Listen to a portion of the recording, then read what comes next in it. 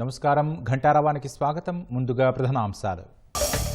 అమరావతి రాజధానిలో వైభవంగా శ్రీనివాస కళ్యాణం. పట్టు వస్త్రాలు సమర్పించిన చంద్రబాబు దంపతులు.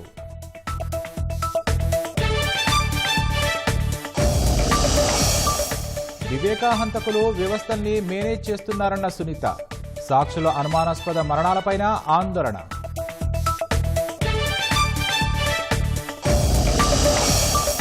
చిత్తూరు జిల్లాలో టీడీపీ కార్యకర్తను నరికి చంపిన వైసీపీ నేత. ప్రాణహాని ఉందని గతంలో మొత్తుకున్న భద్రతపై నిర్లక్ష్యం.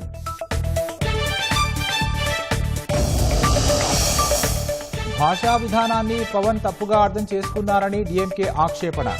రాజకీయ అజెండా కోసం వ్యాఖ్యలు వక్రీకరించవద్దని జనసేనాని హితవు.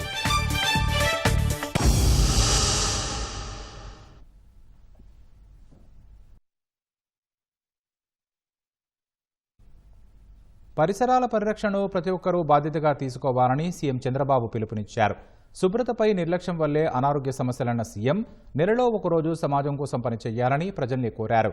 సింగిల్ యూజ్ ప్లాస్టిక్పై యుద్ధం చేద్దామన్న చంద్రబాబు విడతల వారీగా పూర్తిగా నియంత్రిస్తామని చెప్పారు. అక్టోబర్ 2 నుంచి ఆకస్మిక పర్యటనలు చేపడతామని, ఎక్కడ పారిశుద్ధ్య లోపం కనిపించినా చర్యలు తప్పవని స్పష్టం చేశారు. పశ్చిమ గోదావరి జిల్లా తణుకులో నిర్వహించిన స్వర్ణాంధ్ర స్వచ్ఛాంధ్ర ప్రజావేదిక కార్యక్రమంలో ముఖ్యమంత్రి చంద్రబాబు పాల్గొన్నారు. తొలుత స్థానిక హోల్సేల్ కూరగాయల మార్కెట్ను పరిశీలించిన సీఎం అక్కడ వ్యర్థాల నుంచి ఎరువుల తయారీని పరిశీలించారు. తర్వాత ఐక్యనగర్ పార్కుకు వెళ్లి P4 విధానంలో పార్కు అభివృద్ధిపై ప్రణాళిక రూపకల్పన గురించి అధికారులను ఆరా తీశారు. పార్కు నుంచి జెడ్పీ బాలుర పాఠశాల వేదిక వద్దకు చేరుకున్న సీఎం చంద్రబాబు స్టాళ్లను పరిశీలించారు. జనపనారతో తయారు చేసిన చేతి సంచులను, రాగి గ్లాసుల తయారీని పరిశీలించారు. అనంతరం స్వచ్ఛతలో ఆదర్శంగా నిలిచిన సర్పంచులు, పారిశుధ్య కార్మికులను సత్కరించారు. ఆ తర్వాత ప్రజలతో ముఖాముఖి నిర్వహించారు. ప్రతి నెల 3వ శనివారం స్వచ్ఛాంధ్ర కార్యక్రమం చేపట్టామన్న సీఎం నెలలో ఒకరోజు సమాజం కోసం పనిచేద్దామని ప్రజలకు పిలుపునిచ్చారు. ఈ సందర్భంగా ప్లాస్టిక్ ను తేలికగా తీసుకోవద్దని సూచించారు. నేను ఒకటే మిమ్మల్ని అందరినీ కోరుతున్నా, ఎట్టి పరిస్థితుల్లో సింగిల్ యూజ్డ్ ప్లాస్టిక్ ని మనం ఎక్కడికక్కడ కంట్రోల్ చేయాల్సిన అవసరం ఉంది. దీనిపైన ఒక యుద్ధమే చేయాల్సిన అవసరం ఉంది. ఇప్పుడే కొంతమంది మిత్రులు చెప్పారు, దీనిపైన మీరు ఏం చేస్తారో చేయండి, మేము కూడా పూర్తిగా సహకరిస్తామని చెప్పారు. ఇక్కడుండే యువతకు గాని, మహిళలకు గాని ప్రతి ఒక్కరిని ఒకటే కోరుతున్నా, ప్రభుత్వం చాలా శ్రద్ధగా ఉంటాం. 6 నెలలు టైం కూడా ఇస్తున్నాం. ఎక్కడికక్కడ మనందరం కూడా చైతన్యవంతులు చేద్దాం. ఫేజ్ 1 ఏవైతే ప్రాణాంతకమైనటువంటి ప్రమాదాలు వచ్చే పొల్యూషన్ ఇచ్చే ప్లాస్టిక్ ని పూర్తిగా అరికడదాం. ఒకవేళ ప్రొడక్షన్ నుంచి వస్తే వాళ్ళని కంట్రోల్ చేద్దాం. అక్టోబర్ 2 తర్వాత ఆకస్మిక పర్యటనలకు వస్తానన్న సీఎం ఎక్కడ పారిశుధ్యం సరిగా లేదో వారిపై చర్యలు తప్పవని హెచ్చరించారు. 95లో నేను బయట వస్తున్నానంటే అందరూ హుషారైపోయేవాళ్ళు, ఎక్కడ ఎవరిని పట్టుకుంటామని. ఇప్పుడు చెప్తున్నా, ఇంకా కొంచెం టైం ఇస్తున్నా. అక్టోబర్ 2 తర్వాత నేను ఏ ఊరికి వస్తానో చెప్పాను. 2-3 గంటల కంటే ముందు చెప్పి నేరుగా ఆ ఊరికి వచ్చి నేను 9 నెలలు సమయం ఇచ్చా, ఇంకా పరిశుభ్రత లేకపోతే ఎందుకు లేదో చెప్పే బాధ్యత అక్కడ కలెక్టర్ దగ్గర నుంచి అడ్మినిస్ట్రేషన్ తీసుకోవాల్సిన అవసరం ఉంది. ఇప్పటి నుంచి మీరు పనిచేయండి, మీకు టైం ఇచ్చాను. నేను సమస్యలు పరిష్కారం చేయగలిగిన సమస్యలన్నీ పరిష్కారం చేసే బాధ్యత మీ మీద ఉంది. ఇంత మునుపు ఈ మాత్రం కూడా సమయం ఇచ్చేవాడిని కాదు. అందుకే చెప్తున్నా, అక్టోబర్ 2 తర్వాత స్వచ్ఛ ఆంధ్రప్రదేశ్ ని చెప్పను గాని నేరుగా హెలికాప్టర్ ఎక్కిన తర్వాత నేను చెప్తా, ఎక్కడ దిగాలనో అక్కడ దిగుతా, ఎక్కడికి వెళ్లాలనో అక్కడికి వెళ్తా, ఆకస్మిక తనిఖీలు చేస్తా, అడ్మినిస్ట్రేషన్ అప్రమత్తం చేస్తా. అప్పుడు మా రాధాకృష్ణ కూడా చెప్తున్నా, ఎమ్మెల్యేలు కూడా చెప్తున్నా, మిమ్మల్ని అందరూ కూడా పరిగెత్తాల్సి వస్తుంది. అప్పుడు పరిగెత్తే బదులు ఇప్పుడే పరిగెత్తమని వారందరినీ కోరుతున్నా. ఈ రోజు నా ఆశయం ఒకటి, ఆంధ్రప్రదేశ్ లో ఒక స్వచ్ఛమైనటువంటి ఆంధ్రప్రదేశ్ ని తయారు చేయాలి. స్వర్ణాంధ్ర స్వచ్ఛాంధ్ర నా జీవిత ఆశయం అని చెప్పి మరొకసారి మీ అందరికీ తెలియజేస్తున్నా. ఒక బాధ్యత కలిగిన ప్రభుత్వం వచ్చినప్పుడు ఆ బాధ్యతకు మీరు కూడా సహకరిస్తే ఇవన్నీ కూడా సాధ్యం అవుతాయి. చివరగా ప్రజలు, ప్రజాప్రతినిధులు, అధికారులతో స్వచ్ఛత ప్రతిజ్ఞ చేయించిన చంద్రబాబు స్వచ్ఛాంధ్ర కోసం ప్రభుత్వంతో కలిసి నడవాలని విజ్ఞప్తి చేశారు. స్వచ్ఛ మంగళగిరి లక్ష్యాలను ఏడాదిలో పూర్తి చేయాలని మంత్రి లోకేష్ అధికారులను ఆదేశించారు. స్వర్ణాంధ్ర స్వచ్ఛ మంగళగిరి కార్యక్రమంలో భాగంగా క్లాత్ బ్యాగ్ ఏటీఎం, కోకాకోలా సంస్థ ఇచ్చిన 2 ఎలక్ట్రికల్ ఆటోలను లోకేష్ ప్రారంభించారు. పారిశుద్ధ్య కార్మికుడితో కలిసి స్థానిక పార్కులో చెత్త ఊడ్చారు. యోగక్షేమాలు అడిగి తెలుసుకున్నారు. అనంతరం మంగళగిరి, తాడేపల్లి పరిధిలో చేపట్టాల్సిన స్వచ్ఛ కార్యక్రమాలపై ఓ టీ దుకాణం వద్ద పారిశుద్ధ్య కార్మికులతో సంభాషించారు. ఈ క్రమంలో టీ అందిస్తున్న మహిళతో పవనన్న టీ గ్లాస్ లేదా అంటూ లోకేష్ చమత్కరించారు. శుభ్రం చేశారు అందరు కలిసి. ప్రజలు కూడా బాధ్యత పెడదామా, ప్రతి వారాన్ని నెలకు ఒక రోజు ఒక పూట, అంటే దీన్ని వెనకాల వెళ్ళే కష్టం కూడా తెలుస్తుందేమో. అప్పుడు ఎవరు రోడ్ల పైన ఏరు చెత్త సార్. అవును, పారిశుద్ధ కార్మికుడు ఇంత కష్టపడుతున్నారు. పారిశుద్ధ కార్మికులు ఎదుర్కొన్న కష్టాలు ఏంటని తెలుసుకుని రోడ్డు పైన రోడ్డు మీద ట్రైన్లు ఎవరు ఏరు సార్ అసలుకి. ట్రైన్ లో చెత్తేసి తీసాక ఎంత కష్టం అర్థమవుతుంది కదా మనకి. అవును సార్. కెమెరాలు పెట్టేసి ఎవరైనా రోడ్డు పైన చెత్తే పెనాల్టీ వేస్తే ఎలా ఉంటుంది వాళ్ళకి. పెనాల్టీ అయితే రెండోసారి ఏది సార్ అట్ట వాటర్ ముందు టీ చేస్తారు సార్. టీ కప్పు కూడా రోడ్డు మీద వేసేస్తారు. బిన్స్ ఎక్కువ ఏర్పాటు చేయాలి సార్ మన రోడ్ల మీద. అందులో మనలో మార్పు రావాలి, ప్రజల్లో చైతన్యం రావాలి సార్. చైతన్యం రావాలి. అవును, పారిశుద్ధ్యంలో నంబర్ 1 గా నిలబడాలి మంగళగిరి. నిలబడి సార్, నా ఆలోచన. నిలబడి అది చేయగలితే ఇంకా చాలు, అయిపోతుంది. ఫుడ్ కదా, ఏదో మీకు బట్టలు స్వీట్ బాక్స్. షుగర్ ఫ్యాక్టరీ కాదు కదా ఇంకా. లేదు సార్, మంచి పని చేయండి. సార్ ఇంకా అంటే పిల్లలు మిమ్మల్ని బాగా చూసుకుంటున్నారు దాని అర్థం. ఓకేనా? అలాగే సార్. ఓకే. బాగున్నారా? పిల్లగాడులు వేసి మీరందరూ రోడ్ ఎక్కి మొత్తం శుభ్రం చేస్తున్నారు. గడిచిన 10 నెలల్లో మంగళగిరిలో అయితే మార్పు కనపడుతుంది. ప్రజలు కూడా మాడుకుంటున్నారు. అది ఇప్పుడు అధ్యాసమ్మా. అది ఏమైందంటే అమ్మా, గతంలో యాప్ కాస్ట్ లో పెట్టేసి గందరగోళం చేశారు. ఇప్పుడు అదేసి ఎవరు కార్పొరేషన్ వాళ్ళు వెళ్ళిపోతారు. ప్రభుత్వ పథకాలు మీకు వర్తించేయడం మేము చేస్తాం, నాకు వదిలేసాము. హైదరాబాద్, బెంగళూరులో ఏం చేశారంటే టాయిలెట్లు కట్టారు. సిఎస్ఆర్ కిందనో కార్పొరేషన్ డబ్బులు కట్టి ఒక షాప్ పెట్టేశారంట. ఆ షాప్ బాధ్యత టాయిలెట్ మెయింటెనెన్స్. కంపు కొడితే షాప్ దగ్గర ఎవరు రాడు కదా. సింపుల్ లాజిక్ పెట్టేసి చాలా అద్భుతంగా చేశారు. మొదటి విడతలో 6 చేద్దామని. రాత్రి రా నువ్వుకే గోలు పెడతాడు. అంత టీ తాగుతారా ఎవరా? ఏమా పవన్ అన్న గ్లాస్ లేదా? ఈ గ్లాస్ లో ఇచ్చావు. మా పవన్ అన్న గ్లాస్ లో ఇవ్వాల్సిందే. ఉండాలి ఆడవాళ్ళకి. ఫస్ట్ నాదొకటే అమ్మా, నా లక్ష్యం మన సమస్యలు మనమే పరిష్కరించుకోవాలి. మనందరం కూర్చుందాం, మాట్లాడుకుందాం, మన సమస్యలు మనం పరిష్కరించుకోవాలి. అప్పుడే ముందలే. ఓకేనా? ఓకేమా, వెళ్ళొస్తా. రండి.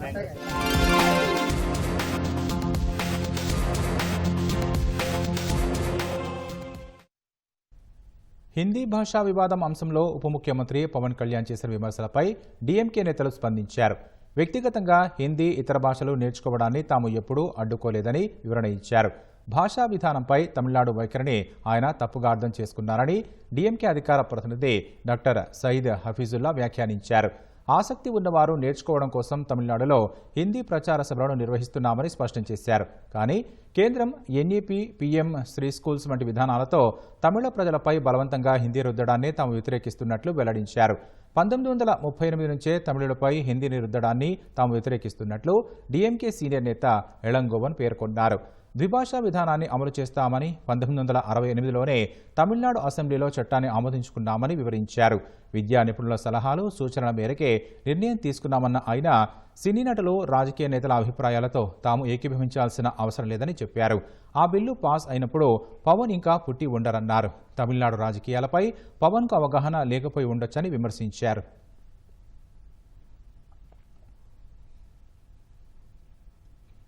మన దేశంలో ఏదైనా భాషను బలవంతంగా రుద్దడం, గుడ్డిగా వ్యతిరేకించడం రెండూ తప్పేనని ఉప ముఖ్యమంత్రి పవన్ కళ్యాణ్ అన్నారు. జనసేన ఆవిర్భావ సభలో ప్రసంగంపై విమర్శలను ఆయన ఎక్స్ వేదికగా తిప్పికొట్టారు. హిందీని ఒక భాషగా తాను ఎప్పుడూ వ్యతిరేకించలేదని, తప్పనిసరి చేయడాన్ని మాత్రమే గతంలో వ్యతిరేకించినట్లు గుర్తు చేశారు. హిందీ విషయంలో పవన్ తన వైఖరి మార్చుకున్నారని కొందరు వ్యాఖ్యానించడం అవగాహన రాహిత్యమని పేర్కొన్నారు. భారతీయులు ఎవరైనా వారికి నచ్చిన భాష నేర్చుకోవచ్చనే సూత్రానికి జనసేన కట్టుబడి ఉందని స్పష్టం చేశారు. 2020 జాతీయ విద్యా విధానంలోనూ హిందీని ఖచ్చితంగా అమలు చేయాలని చెప్పలేదని, విద్యార్థులు విదేశీ భాషతో పాటు ఏవైనా 2 భారతీయ భాషలు నేర్చుకోవచ్చని ఉందన్నారు.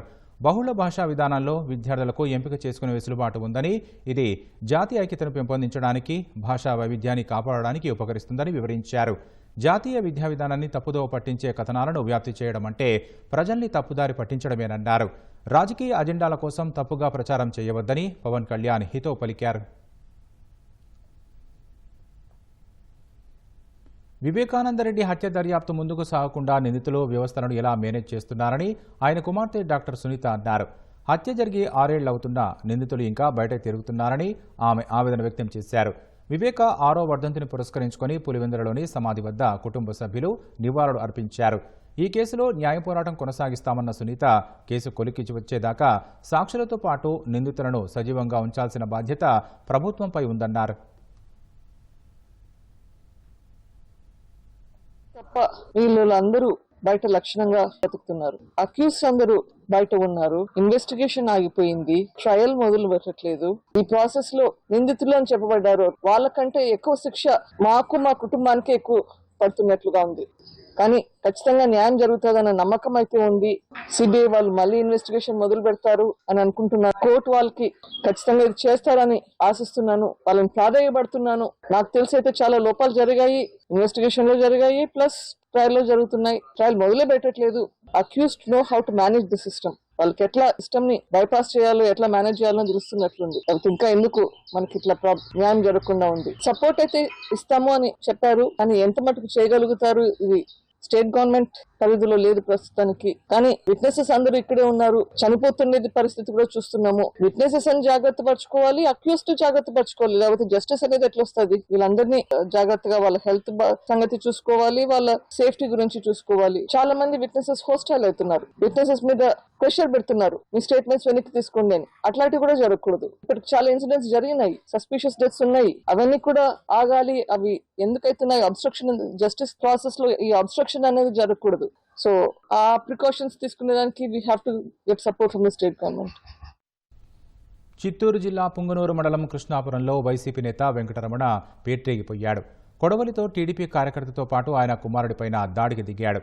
ఘటనలో కార్యకర్త రామకృష్ణ చనిపోగా కుమారుడికి గాయాలయ్యాయి. ఈ క్రమంలో వైసీపీ నేతల నుంచి తనకు ప్రాణహాని ఉందని పోలీసులకు చెప్పినా పట్టించుకోకపోగా వైసీపీ నేతలు చెప్పినట్లుగా స్థానిక సీఐ పనిచేస్తున్నారని మృతుడు రామకృష్ణ గతంలో చెప్పిన వీడియో వెలుగులోకి వచ్చింది. చిత్తూరు జిల్లా పుంగనూరు మండలం కృష్ణాపురంలో టీడీపీ కార్యకర్త దారుణ హత్యకు గురయ్యారు. టీడీపీ కార్యకర్త రామకృష్ణతో పాటు ఆయన కుమారుడు సురేష్ పై అదే గ్రామానికి చెందిన వైసీపీ నేత వెంకటరమణ కొడవలితో దాడి చేశాడు. ఘటనలో గాయపడిన తండ్రి కుమారుడిని ముందుగా మదనపల్లె ఆసుపత్రికి తరలించారు. తీవ్రంగా గాయపడిన రామకృష్ణను మెరుగైన వైద్యం కోసం తిరుపతి రుయ్యాకు తరలిస్తుండగా మధ్యలోనే మృతి చెందారు. తమ కుటుంబాల మధ్య పాత కక్షలు ఏమీ లేవని, కేవలం తాము టీడీపీతో ఉన్నామనే కారణంతోనే హత్యకు పాల్పడ్డారని మృతుని కుమారుడు చెప్పారు. నేను అంగడి దగ్గర కూర్చొని నేను ఏదో అంగడి దగ్గర కూర్చొని సెల్ చూస్తున్నా. గమ్మున వచ్చేస్తున్నారు, బైక్ నిలిపి లాంగ్ ఎత్తించాడు. సార్ ఎత్తుకొని వచ్చి ఒకేసారి వేసేదని చూసినాడు. అది ఏమైందంటే షార్ప్ లెక్కన ఉల్టాలు ఉన్నది. నేను చేయి పెట్టేసిన తలకు పడుతుంది అనేసి అప్పుడు చేయి ఇరిగింది. నేను పరిగెత్తేసి నేను పారిపోతుంటే మా నాన్న ఆపోజిట్లో ట్రాక్టర్లో వస్తున్నాడు దున్నేసి. మా నాన్న ఎందుకు రాదంటే రే రే రే అంటే మా నాన్న కొట్టేసినాడు. నేనేం చేసిన బండికి వాడు ఎవరితో బండి వచ్చాలో ఆపేసి పరిగెత్తి వెళ్తున్నాను సార్. మా నాన్న వేసేస్తాను సార్. పాత కక్షలు అంటూ ఏం లేదు సార్, ఓన్లీ ఇది పాలిటిక్స్. నేను ఊర్లో పెద్దగా ఉండాలా, నేనే ఉండాలా, నన్ను మించి ఎవరు ఈ ఊర్లో బతకూడదు. మేము ఏదో 10 రూపాయలు సంపాదించుకుంటే వాళ్ళు ఎట్లా దొరికేయాలా, నేను ఎట్లా పైకి రావాలా, సింపుల్ సార్, ఇదే సార్. అయితే వెంకటరమణతో పాటు మరికొందరు వైసీపీ నేతలు పలుమార్లు తన కుటుంబంపై దాడికి పాల్పడ్డారని, తనకు ప్రాణహాని ఉందని మృతుడు రామకృష్ణ గతంలో మాట్లాడిన వీడియో వెలుగులోకి వచ్చింది. స్థానిక సీఐ వైసీపీ నేతలకే తొత్తుగా వ్యవహరిస్తున్నారని ఫిర్యాదు ఇచ్చినా చర్యలు తీసుకోలేదని వీడియోలో రామకృష్ణ వివరించారు. నేను టీడీపీ కార్యకర్త, వైసీపీ వాళ్ళు ఎన్ గణపతి, ఎన్ మహేష్, కె వెంకటరమణ, ఎన్ తిర్లోక, వీళ్ళు నలుగురు ఇప్పటికి నా 4 దఫాలంటే నన్ను ఆడ పడితే ఆడ పట్టుకొని కొట్టేది. నా కొడుకులు పట్టుకొని ఆడంటే ఆడ ఇచ్చేసేది. ఈ దాని రావద్దు, ఆ దాని రావద్దు, ఇది నాది అది నాది అనేది ఇట్లా బెదిరిస్తూ ఉన్నారు. చంద్రబాబు గెలిచినప్పుడు తపాసులు కాల్చి కేక్ కోస్తా ఉంటే స్కూటీలో వచ్చి కేక్ను ఇదుకొని నిలిపి నా పిల్లలకి 2 కాళ్ళు ఇచ్చేసినారు. అప్పుడు కంప్లైంట్ ఇస్తే అప్పుడు పట్టించుకోలేదు. మన రీలోనే వచ్చి నేను కంప్లైంట్ ఇస్తే సీఏకి ఫోన్ చేసి అదే పని సీఏ పుంగనూరు పోలీస్ స్టేషన్ సీఏకి ఫోన్ చేస్తే పంపిస్తానని చెప్పి పంపించలేదు సార్. అప్పటికప్పుడే నైటే నేను పుంగనూరుకి వచ్చి కంప్లైంట్ ఇచ్చేసిపోతే తెల్లారి కూడా పంపించలేదు. ఆ కొడుకుని హాస్పిటల్ అడ్మిట్ చేసి పుంగనూరు స్టేషన్ కాడికి కంప్లైంట్ ఇస్తే ఏమాత్రం పట్టించుకోకుండా వాళ్ళు వచ్చే కొద్దికి వాళ్ళ కంప్లైంట్ తీసుకొని వాళ్ళు మనుషులు పిలుచుకొచ్చి లోపల పెట్టించింటే 5 నిమిషాలు కాకనే మళ్ళీ బయట ఇంటికి పంపించేసినాడు. ఏమాత్రం వాళ్ళు వైసీపీ వాళ్ళకే న్యాయం చేస్తాడు, మాకు న్యాయం చేయలేదు. సిఐఏ మీరు నన్ను సహకరించి నాకు వాళ్ళతోనే పానంగా ఉన్నది, మీరే నన్ను కాపాడాలా. వైసీపీ రాక్షస మూకల దాడిలో మరణించిన రామకృష్ణకు కన్నీటి నివాళులు అర్పించిన మంత్రి లోకేష్, వైసీపీ రక్త చరిత్రకు టీడీపీ సైనికుడిని కోల్పోవడం చాలా బాధాకరమన్నారు. జనం చీకొట్టినా జగన్ హత్యా రాజకీయాలు మానట్లేదన్న మంత్రి లోకేష్, రామకృష్ణ కుమారుడు సురేష్ కు మెరుగైన వైద్యం అందిస్తున్నామని చెప్పారు. రామకృష్ణ కుటుంబాన్ని అన్ని విధాలుగా ఆదుకుంటామని స్పష్టం చేశారు.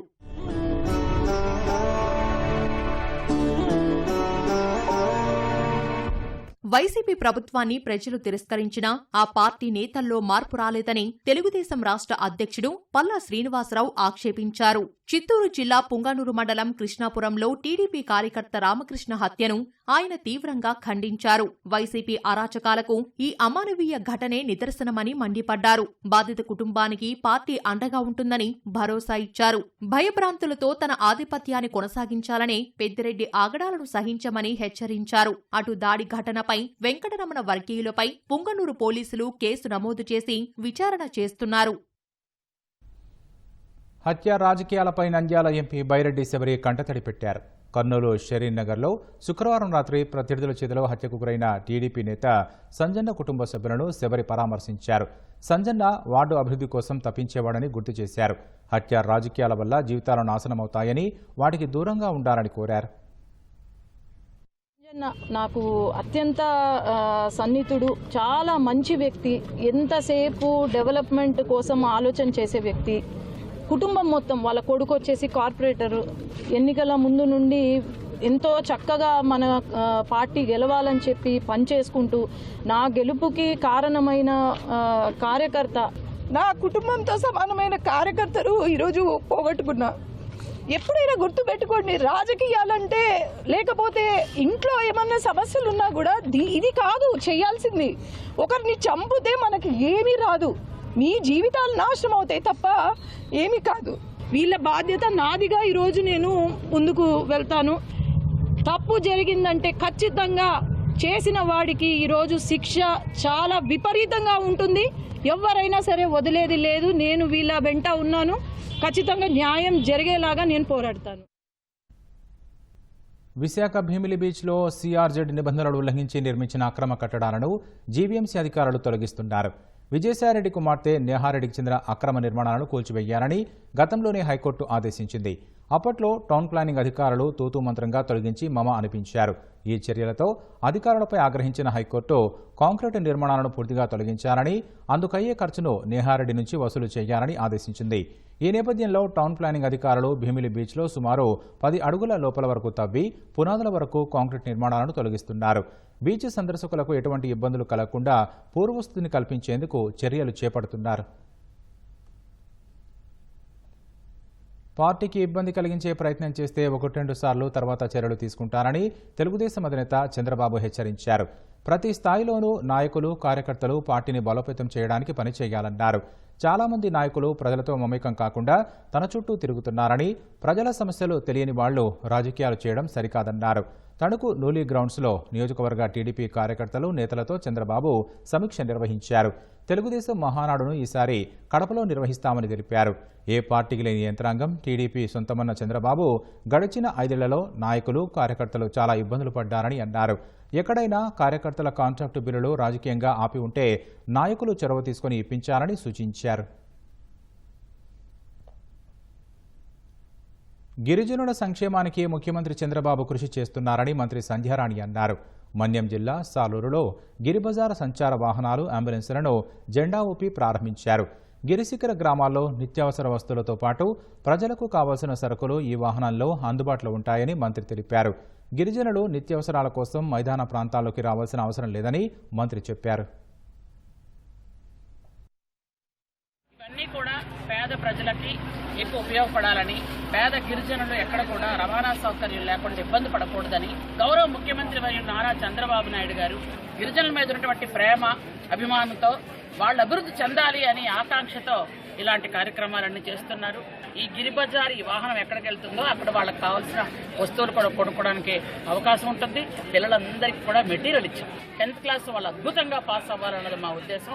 ఆడపిల్లలకి ఎక్కడ కూడా ఇబ్బంది పడకూడదని టాయిలెట్స్ కానీ వాటర్ కానీ అతి త్వరలో హాట్ వాటర్ కూడా వచ్చే స్కీమ్ కూడా ఏర్పాటు చేస్తున్నాం. ఈ రోజు గిరిజన ఆశ్రమ పాఠశాలలో కానీ గురుకులాల్లో కానీ చదువుకున్న ఏ విద్యార్థి కూడా దేనికి ఇబ్బంది పడకూడదని ఒక ముఖ్య ఉద్దేశంతో చేస్తున్నటువంటి ఈ కార్యక్రమానికి మా గిరిజనులందరి తరఫున గౌరవ ముఖ్యమంత్రి గారికి నా హృదయపూర్వక ధన్యవాదాలు తెలియజేస్తున్నాను. తిరుమల శ్రీవారి వైకుంఠ దర్శన టోకెన్ల జారీలో తొక్కిసలాటపై న్యాయ విచారణ కమిటీ దర్యాప్తు కొనసాగిస్తోంది. జస్టిస్ సత్యనారాయణమూర్తి కమిటీ తిరుమలలోని వైకుంఠం queue complex 2 outer ring queue లైన్లో నారాయణగిరి షెడ్లను పరిశీలించింది. 6 నెలల్లోగా నివేదిక ఇవ్వాలన్న ప్రభుత్వ ఆదేశాల మేరకు విచారణ వేగంగా జరుగుతోంది.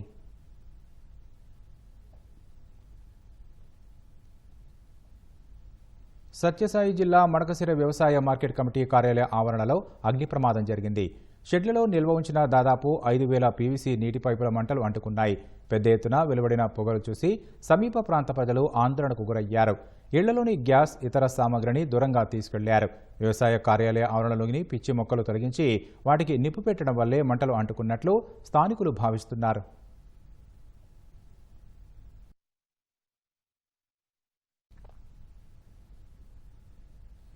అమరావతి ప్రాంతంలో వెంకటపాలెం టీటీడీ ఆలయంలో శ్రీవారి కళ్యాణం వైభవంగా జరుగుతోంది. ప్రత్యక్ష ప్రసారం ద్వారా చూద్దాం. ప్రజాపతిమావాహయామి ఇంద్రమావాహయామి అగ్నిమావాహయామి సోమమావాహయామి అగ్నిమావాహయామి సోమమావాహయామి అగ్నిశోమమావాహయామి ప్రజాపతిమావాహయామి బ్రహ్మాణమావాహయామి ఇంద్రమావాహయామి వసూనావాహయామి మరుతావాహయామి రుద్రానావాహయామి అపముపస్పృశ్య శ్రీమహావిష్ణుమావాహయామి బృహస్పతిమావాహయామి మిత్రమావాహయామి వరుణమావాహయామి ఆదిత్యానవాహయామి అశ్వినావాహయామి పూషణమావాహయామి కక్షమావాహయామి కక్షదేవత సోమమావాహయామి ఔపాసన యజ్ఞమావాహయామి యజ్ఞదేవత విశ్వాన్ దేవానావాహయామి సర్వదేవానావాహయామి ఆజ్యభాగే ప్రజాపతికే దృష్టి నిర్వభామి బ్రహ్మణే దృష్టి నిర్వభామి ఇంద్రాకి దృష్టి నిర్వభామి